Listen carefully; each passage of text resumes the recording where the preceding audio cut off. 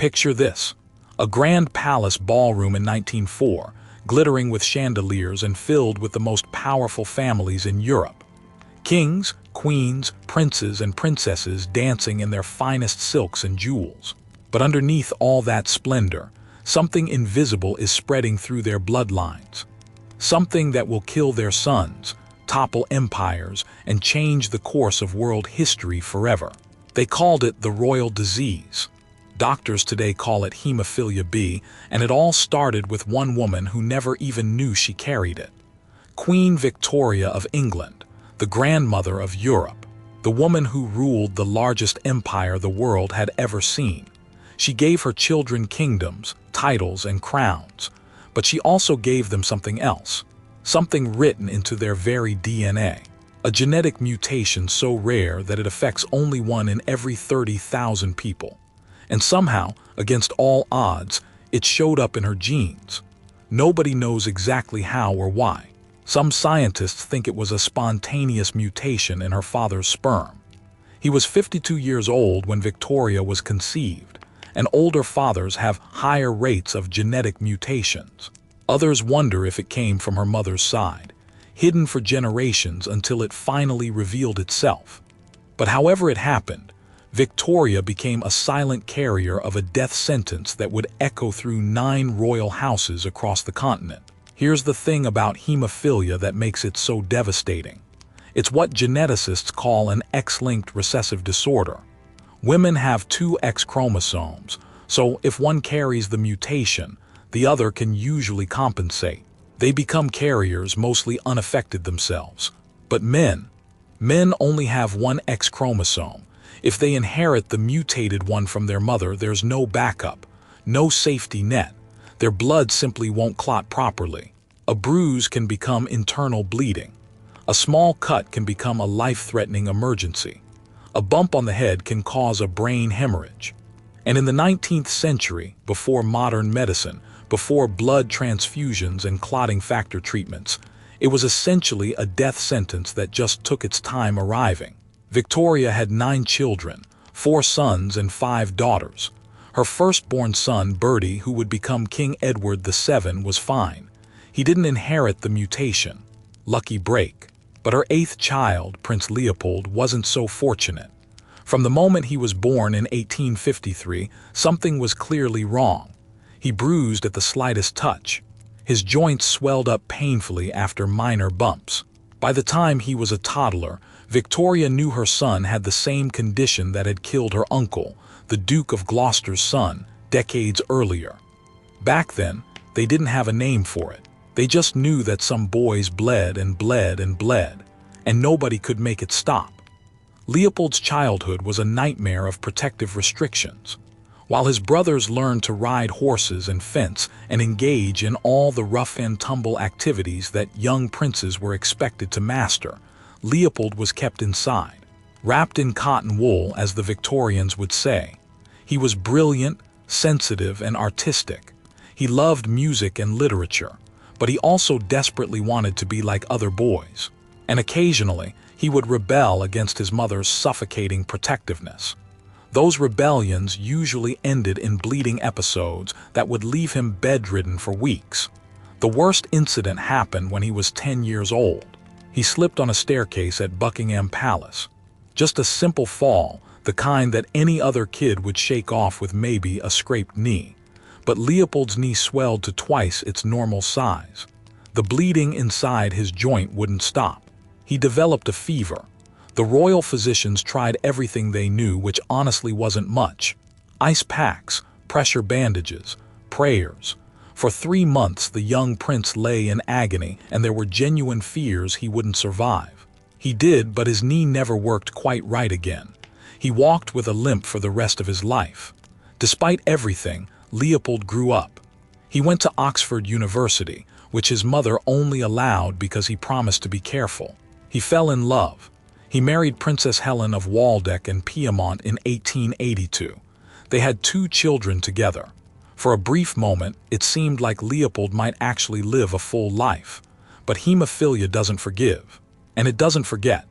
In March 1884, Leopold was visiting Caen in the south of France.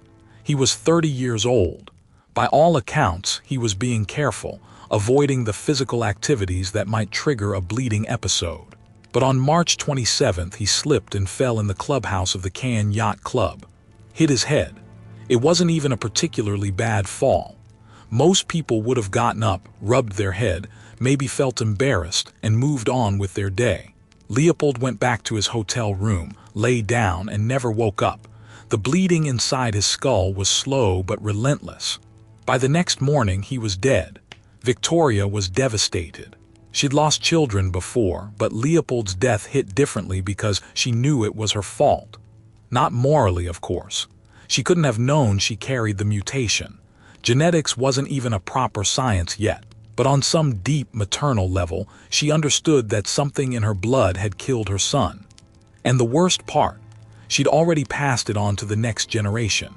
Two of Victoria's daughters, Alice and Beatrice, were carriers, and through their marriages into the royal houses of Russia, Spain, and Germany, they spread the royal disease like a genetic time bomb across Europe. Alice married Louis IV, Grand Duke of Hesse, a German royal family. She had 7 children. 2 of her sons had hemophilia. The eldest, Friedrich, was born in 1870 and seemed healthy at first. But when he was 2 years old, he fell out of a window. Just a first-floor window, maybe a 10-foot drop. Any other toddler might have broken an arm or gotten some bruises. Friedrich hemorrhaged internally and died within hours. His little brother, also named Friedrich, would later be called Fritti by the family. And his death was so sudden, so shocking, that it sent ripples of fear through every royal family in Europe. Alice's daughter, also named Alexandra, became even more significant in the spread of hemophilia. She married Nicholas II, Tsar of Russia, in 1894. They were deeply in love by all accounts, one of the few royal marriages of that era that was genuinely romantic. But their happiness was shadowed by desperation. Nicholas needed a son, an heir to the Russian throne. Alexandra gave him 4 daughters first, beautiful, healthy girls. But in 1904, finally, a son was born, Alexei Nikolaevich, the Tsarevich, the hope of the Romanov dynasty, and he had hemophilia. The news was kept secret from the Russian people. In public, Alexei was presented as a healthy, vigorous boy, the future of Russia. But inside the palace walls, the reality was terrifying. Alexei couldn't play like other children. A simple nosebleed could last for hours. Once, when he was 2, he fell and bumped his forehead. The bump turned into a massive hematoma that covered half his face. His eyes swelled shut. The bleeding underneath his skin wouldn't stop. For days, his parents watched helplessly as their son's head grew more and more distorted. The doctors couldn't do anything. There was no treatment. All they could do was wait and pray that his body would somehow, eventually, stop the bleeding on its own. When Alexei was 7, he experienced what his doctors later called the worst bleeding episode they'd ever witnessed. The family was on vacation at their hunting lodge in Poland. Alexei was getting into a boat when he stumbled and bumped his upper thigh. Within hours, his entire leg had swollen. The bleeding into his thigh muscle and hip joint was so severe that the leg drew up against his chest in a locked, agonizing position. He couldn't straighten it. He couldn't move without screaming. The pain was so intense that his screams could be heard throughout the palace. For 11 days, Alexei lay in bed, hovering between life and death. His temperature spiked. His leg turned purple, then black. The doctors told Alexandra to prepare for the worst. A priest was brought in to give the boy his last rites. Official bulletins were prepared to announce the death of the Tsarevich to the Russian people. Alexandra, desperate beyond reason, sent a telegram to the one person she believed could save her son. A Siberian peasant who claimed to have healing powers. A man with wild eyes and a reputation for debauchery. His name was Grigory Rasputin. What happened next is still debated by historians. Rasputin sent back a telegram telling Alexandra not to worry, that God would spare the boy. And somehow, incredibly, Alexei's condition began to improve. The bleeding stopped. The swelling went down. Within days, he was sitting up. Within weeks, he was walking again. Whether it was coincidence, whether the bleeding would have stopped anyway, or whether Rasputin actually possessed some unknown ability to influence the boy's condition, nobody knows for sure. Some modern doctors speculate that Rasputin's main talent was simply telling the other doctors to leave Alexei alone, to stop poking and prodding and stressing the child. Sometimes with hemophilia, the best treatment is simply rest and calm. But Alexandra became convinced that Rasputin was a miracle worker sent by God. She gave him more and more influence over the royal family. And the Russian people, who didn't know about Alexei's hemophilia, couldn't understand why their empress was so devoted to this creepy, unwashed mystic. Rumors spread. Accusations of affairs, of dark magic, of Rasputin controlling the government through his influence over Alexandra. The Romanov dynasty's credibility crumbled. And when World War I put unbearable strain on Russia, when millions of soldiers died and the people starved, the resentment exploded into revolution. In 1918, the Bolsheviks executed the entire Romanov family in a basement in Ekaterinburg. Nicholas, Alexandra, Alexei, and his 4 sisters were shot and bayoneted to death. Alexei was 13 years old. The hemophilia that had dominated his entire life, that had brought Rasputin into the palace, that had helped destabilize the Russian monarchy, didn't get the chance to kill him.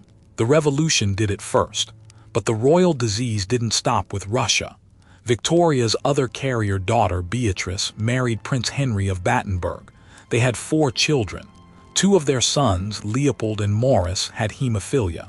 Maurice died at 23 during World War I, killed in combat before his condition could claim him. Leopold lived longer. He married and had a daughter, but like his uncle Leopold before him, he couldn't escape his blood. He died at 32 from complications during a knee surgery. His blood simply wouldn't clot after the operation. Meanwhile, in Spain, the royal disease was writing another tragic chapter. Victoria Eugenie of Battenberg, granddaughter of Queen Victoria through the line of Princess Beatrice, married King Alfonso XIII of Spain in 1906. She was a carrier, though she didn't know it at the time. Her first son, Alfonso, Prince of Asturias, was born in 1907, and he had hemophilia. 2 of her other sons, Jaime and Gonzalo, also inherited the condition. Little Prince Alfonso grew up knowing he was fragile, knowing that the rough play other boys enjoyed could kill him. But he was also a prince, expected to be strong, to be manly, to represent the future of the Spanish monarchy. The contradiction between what he was supposed to be and what his body would allow created a constant tension. He learned to hide his bruises, to downplay his pain, to pretend he was normal. In 1938, when Alfonso was 30 years old, he was driving in Miami, Florida. He'd renounced his succession rights to marry a commoner, and he was living in semi-exile, trying to build a normal life away from the suffocating protocols of the Spanish court. But you can't outrun your genetics. His car crashed. The injuries weren't severe by normal standards. Broken ribs, some internal bruising. But for a hemophiliac, internal injuries are a death sentence without proper treatment. He hemorrhaged internally for 3 days before finally dying. His younger brother Gonzalo died even younger. He was 19, driving with his sister in Austria in 1934 when their car went off the road. Gonzalo's injuries triggered massive internal bleeding. He died within hours. By the mid-20th century, hemophilia had killed or severely affected at least 10 of Queen Victoria's descendants. It had contributed to the fall of the Russian Empire. It had weakened the Spanish royal line. It had caused untold suffering in families that had everything except the one thing they desperately needed: healthy blood. But here's where the story takes an unexpected turn. Medical science finally caught up. In the 1960s, doctors developed clotting factor concentrates. Hemophiliacs could now inject themselves with the missing proteins their blood needed. Suddenly, a condition that had been a slow death sentence became a manageable chronic illness. Boys born with hemophilia could play sports, have careers, live into old age. The royal disease lost its power. Today, Queen Elizabeth II's family shows no signs of hemophilia. The mutation seems to have been bred out of the British royal line. The Spanish royals are clear. The few remaining descendants of the Russian Romanovs don't carry it. After wreaking havoc for nearly a century, Victoria's genetic legacy has finally faded into history. But the story of the royal disease teaches us something profound about the illusion of power. These were the most privileged families on earth. They had palaces, armies, wealth beyond measure. They could command millions of people, but they couldn't command their own blood. A microscopic mutation in a single gene had more power over their lives than all their crowns and thrones combined. It also reveals the double-edged sword of royal intermarriage. For centuries, European royalty only married other royalty to keep the bloodlines pure and to forge political alliances. But that practice created genetic bottlenecks. Rare mutations that might have disappeared in a larger, more diverse population instead got concentrated and amplified. Hemophilia was just the most visible example. Other genetic conditions, less dramatic but still harmful, were quietly accumulating in these supposedly superior bloodlines. And perhaps most significantly, the royal disease shows how one family's private medical crisis can shape world history. If Alexei hadn't had hemophilia, would Rasputin have gained influence over the Russian court? Would the Romanov dynasty have retained enough credibility to survive World War I? Would the Bolshevik Revolution have succeeded? Would the entire course of the 20th century, with its Cold War and nuclear standoffs, have unfolded differently? We can't know for sure, but it's impossible to ignore the connection between a little boy's bleeding disorder and the geopolitical earthquakes that followed. The boys who died from the royal disease, from little Friedrich falling out of a window to Prince Alfonso bleeding out after a car crash, never asked to be born into their circumstances. They didn't choose their genetics any more than they chose their titles. They were just kids who wanted to play, to run, to live without fear. But their blood had other plans. Queen Victoria lived until 1901, long enough to see her empire at its peak, but also long enough to bury her hemophiliac son Leopold. She died not knowing the full scope of what she'd passed on to future generations. She never knew that her genetic legacy would help bring down the Russian Empire. She never met her great-grandson Alexei, the boy whose suffering would make him the most important hemophiliac in history. Today, when we look at old photographs of these royal families, all dressed up in their formal portraits with their medals and sashes and crowns, it's easy to see them as remote historical figures. But they weren't. They were people. Parents who stayed up all night watching their children suffer. Kids who just wanted to be normal. Mothers who blamed themselves for something they couldn't control or even understand.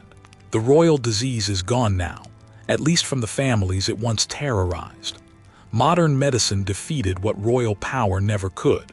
But the story remains, a reminder that beneath all our pretensions and hierarchies and claims to superiority, we're all just walking collections of DNA, hoping the genetic lottery treated us kindly.